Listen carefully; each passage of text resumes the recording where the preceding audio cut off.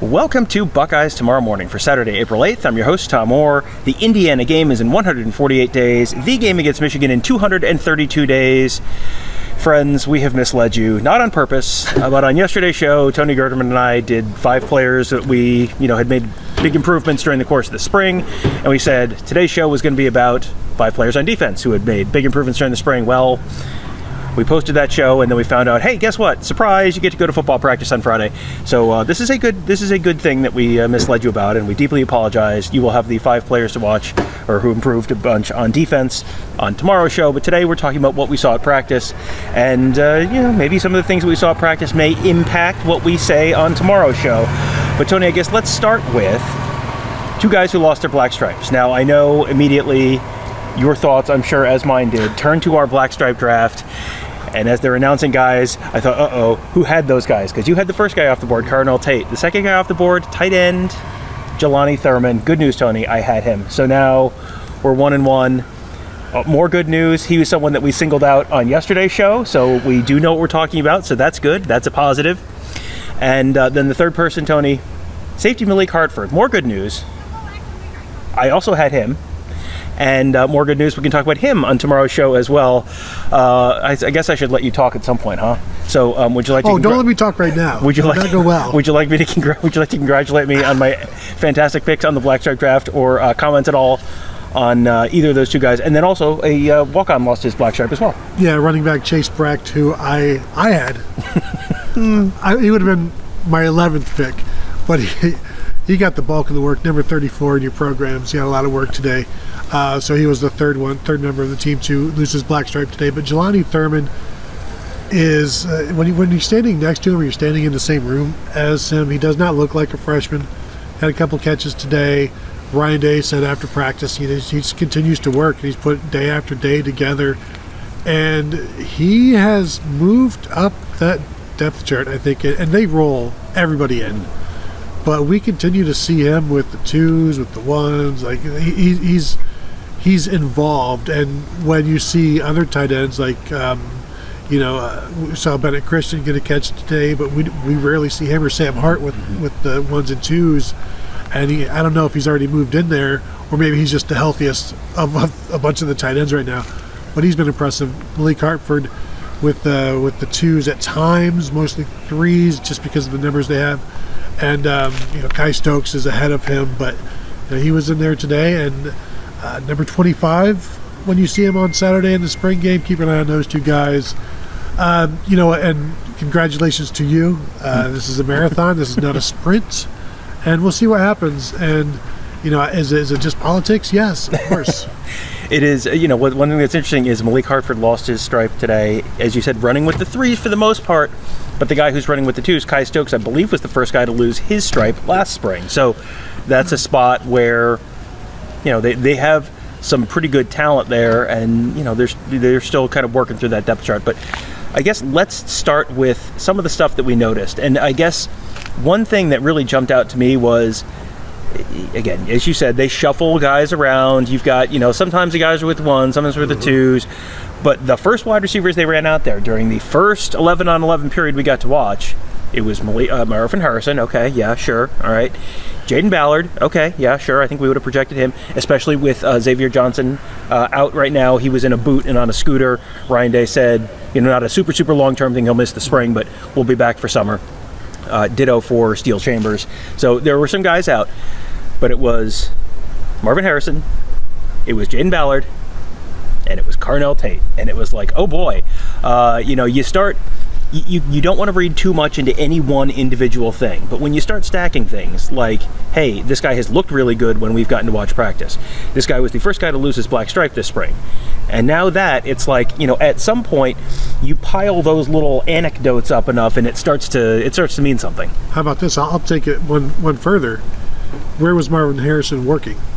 He was working in the slot. Mm-hmm. I think perhaps Carnell Tate has moved Marvin Harrison from X to the slot, just as Jackson Smith and Jigba moved Jamison Williams to the portal because he moved Garrett Wilson from the slot outside.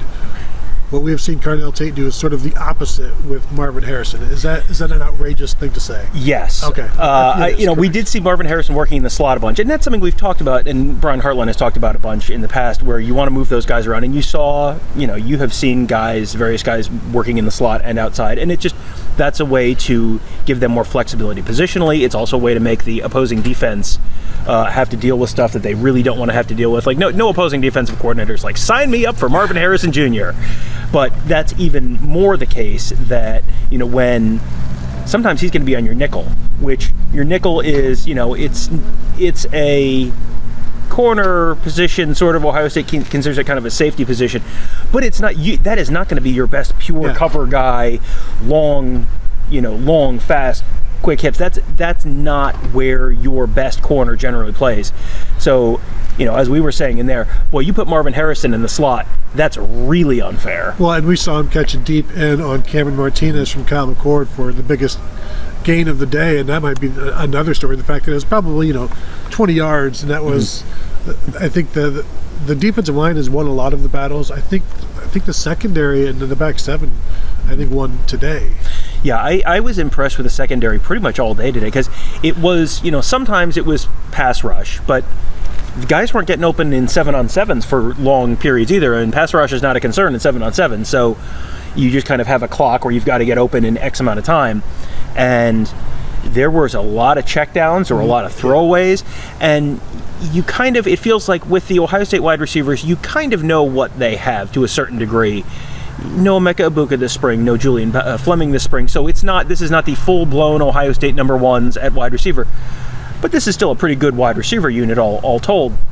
And for a team whose secondary is probably kind of high on the list of concerns for a lot of Buckeye fans this spring, I kind of feel like that was good news, what we saw today. Yeah, even just a little glimpse when there were times where Carnell Tate and Jaden Ballard were with threes with Tristan Gebbia and some 7-on-7 and maybe some 11-on-11, but the ball didn't go to those guys. They went to checkdowns because the secondary is playing so well, and it was all three teams. And we've talked about the corners being deep, and they showed that. Although Davis and Igbinosun did give up a touchdown to Kojo Antwi in the red zone, which was a very good catch on a little fade route.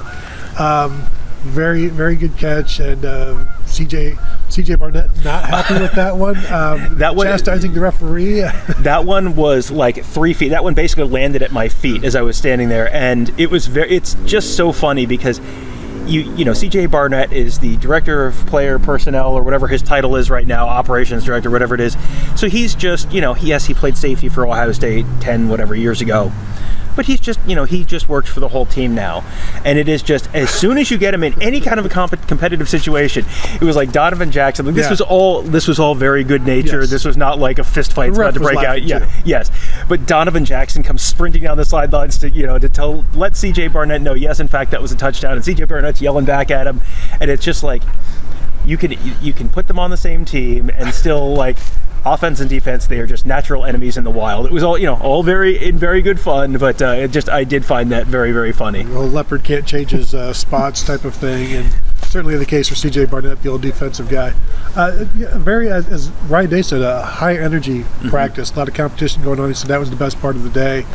And watching the last hour or so, it was all like 7-on-7, 11-on-11, third down, red zone.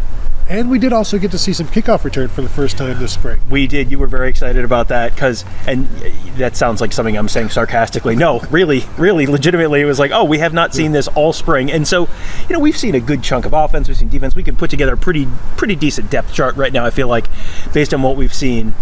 And we haven't seen any kickoff. And I was texting with, I think, you and Kevin about that last night. Like, it's so weird. We just haven't been there when they've worked on this stuff. Now we have Tony, who was working with the ones at kickoff return. Yeah, the number one kickoff returner was redshirt freshman receiver Caleb Brown, who I think fits that spot pretty well as they look for ways to get him involved. He's one of the more explosive guys. He's quick, he's shifty, he's fast. I don't know this for a fact, but I bet he did it in high school. I think he feels like one of those guys who we know he played running back. I'm sure he did a little bit of catching of passes out of the backfield. Probably played some safety, probably played some corner. probably return some kicks, return some punts, maybe block some punts. Like that's generally the case when you have guys who are Ohio State caliber football players. The question is, what did you do in high school? The answer is yes. Yeah. Yes, I played. Cade Stover, for example. Cade Stover is a tight end at Ohio State, but in high school he was a running back. He was a safety. He played some linebacker. Just kind of. The answer is yes. Probably produced half of the meat that went to the concession stands. Jack Sawyer. Did Jack Sawyer play quarterback in high school? Why, yes, in fact he did. And this was not at some tiny little Division 5 school. This was at Division 1. And yeah, just he played defensive end, but their quarterback got hurt, I believe, and they just kind of needed a quarterback. It was like, just have Jack do it. It'll be fine. So let Jack do it. The second teamer at times on kickoff return, Carnell Tate, other times Dallin Hayden. But interesting to me that they had Carnell Tate there because a receiver returning kickoffs, it's not, but the value that they've continued to place in him and wanting, let's just see what he can do. Because I'm pretty sure we may have already seen him at punt return, and not that he's going to be the guy, but just getting him work. Another thing with Carnell Tate, and this was during red zone, and it was third down. And I think it was just Devin Brown just throwing it up in the direction of Carnell Tate, this trust, you know what, I've got nothing. I'm just going to throw it to the back of the end zone and see if Carnell Tate can get it, because those are the places, man. Now, as overthrown, he couldn't get to it, but it's just the trust with the quarterback's you know what, let's see. And one thing that's interesting to me in terms of the kick return position is typically that has been a spot where a guy who is not necessarily going to play a ton on offense or defense, but who really fits the profile athletically in terms of speed and agility, and we can trust you to hang on to the football, which is probably honestly the first thing I should have said. That has typically been where you have seen that guy. 2021 season opening game against Minnesota. Travion Henderson goes back for the opening kickoff. He's back there, and then he plays enough and is impactful enough on offense that it was okay, this guy's probably going to play a bunch at running back. And then they switch someone else. He wasn't returning kicks very long that first year. It feels like that could be, when Julian Fleming and when Emeka Egbuka are back this fall. Maybe Carnell Tate's not one of the top 3. It sure seems like he's in the top 6 and maybe the top 5. But he's someone who, if you are not necessarily going to give him 40 reps a game at wide receiver, 15 reps at wide receiver, and then you get a couple chances to potentially get some touches back at kickoff return as well. I think we're assuming the defense is going to give up a score at some point during the game. Spring is a time of optimism, friends. But is it not crazy to think that early on you want the kickoff return to be part of the offense because you don't have an established offense yet? So with C.J. Stroud, you can take the ball to 25, fair catch it, you take the ball to 25, 75 yards is no problem. With Kyle McCord or Devin Brown as your quarterback, you know what? Maybe a 65-yard drive is more optimal. That's where we need it. And so that's where you are okay, let's engage the kickoff return. Let's use it rather than we don't need it. It's not part of the offense. But I think now initially you could see it be a part of the offense and maybe become a weapon as it was with Emeka Egbuka when 2021 when again they weren't sure of their offense. It started to get better. And then you realize, okay, we can operate. Paris Campbell back in the day, where it's he was very good, and they really haven't been able to do anything with it other than those two guys, maybe with a concerted effort, and just because that's the problem with it. I think last year is just we're not going to do it. So what's the point in really harping on it? I think this is an opportunity. You've got so many weapons and so many different guys that can make plays.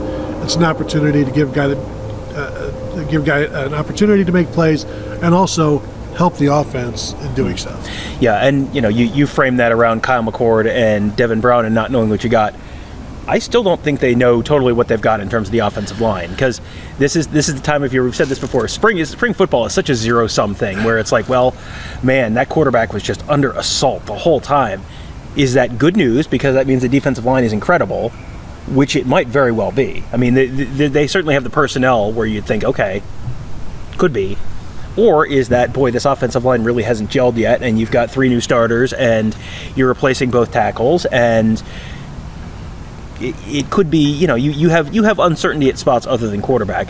Offensive line feels like they feel pretty good about. Quarterback or running back, they feel probably pretty good about. Tight end, I think they feel pretty good about. You certainly feel good about your one at tight end, and you're feeling pretty good about both of your guards, quarterback, backup tight ends, and 3 of your spots on your offensive line, I think, are at least kind of a little bit in question right now. Ryan Day was asked about Carson Hinsman after, because Carson Hinsman has basically been repping with the ones all spring. We saw a little bit of Vic Cutler with the ones during practice on Friday, but not a lot. It's really mostly Carson Hinsman. And he was asked, Ryan Day was asked, is Carson Hinsman ready to take the starting job? It was like, not ready. Like, they like what they've seen out of him. Ryan Day was not ready to proclaim him the starter at center. So there has at least been consistency for the most part on that offensive line, where it's Josh Fryer, Donovan Jackson, Carson Hinsman, Matt Jones, Zen Michalski for the most part. Zen Michalski, I think, took a penalty at one point and had to take a lapper on the field, and then they had Tager Shabola repping with the ones at right tackle for a little bit. But for the most part, it has been those 5 guys on the offensive line. Will that be how it plays out all fall? We'll see. But it feels right now, I mean, level of confidence 1 to 10, those are the, if healthy, those are the 5 guys starting at those positions for game 1 this fall. I'm bordering on a 7, and we'll see what happens. We've said, let's see what happens when the portal opens, which actually opens on the 15th is when players can go in. It's open for the rest of the second half of April, basically. Let's see what Ohio State does in terms of offers on the offensive line. But right now, I feel like it's a conservative 7. Yeah, I mean, if you tell me that they're not adding anyone in the portal, I'm probably about a 7.5 or an 8. There's a possibility, hey, some superstar left tackle comes in, and then you figure it out at that point, or some some equivalent of Oluwatimi comes available, and you've got a Remington Ward caliber center. Like, yeah, sure, you're gonna maybe shuffle some stuff around at that point. But yeah, if you have these guys, just the existing roster is sort of frozen in carbonite, right? Yeah. Good job. There you go. Nerd. I know my Star Trek. I love upsetting you. It's my favorite thing in the world. So if the offensive line is frozen as it is and everyone's healthy, it does feel like that's probably more likely than not going to be your starters. Tony, it has been so triggered that I think we need to wrap up the show. Plus, we're pretty much on our normal time. So that will do it for today. Hope you guys enjoyed that. This was a little bit of a surprise, little bonus coverage, as our good buddy Jerry likes to say. So we did get to enjoy a full hour or so of Ohio State practice and some of the really good, meaningful stuff towards the end. So hope you guys enjoyed that. We will, of course, be back next week with much, much more stuff. Tony and I will be back with tomorrow with the show we planned for today. Unless something else changes, who's to say? It's a wild time of year. But yeah, we'll be back with another show tomorrow. But and then a full week of coverage next week in the lead up to the spring game, Saturday, April 15th, inside Ohio State, and we will be there. If you're there, come say hi. We'll always like seeing folks, and probably, I don't know, we should probably do an editorial meeting off the air, but I'm guessing we'll have some sort of pre-game or post-game or whatever coverage as usual at youtube.com/Buckeye Huddle. So make sure you're subscribed there and ring that bell so you get notified every time we start a new live show. And then finally, sign up at BuckeyeHuddle.com. Great inside info on what's going on with practices, what's going on with the team, what's going on with recruiting. Very busy recruiting weekend as well this weekend and next weekend. So Alex and Mark are going to be very, very busy there covering recruiting and all that fun stuff, all at BuckeyeHuddle.com. That will do it for today. Thank you guys all for joining us. Have a great day. We'll talk to you tomorrow.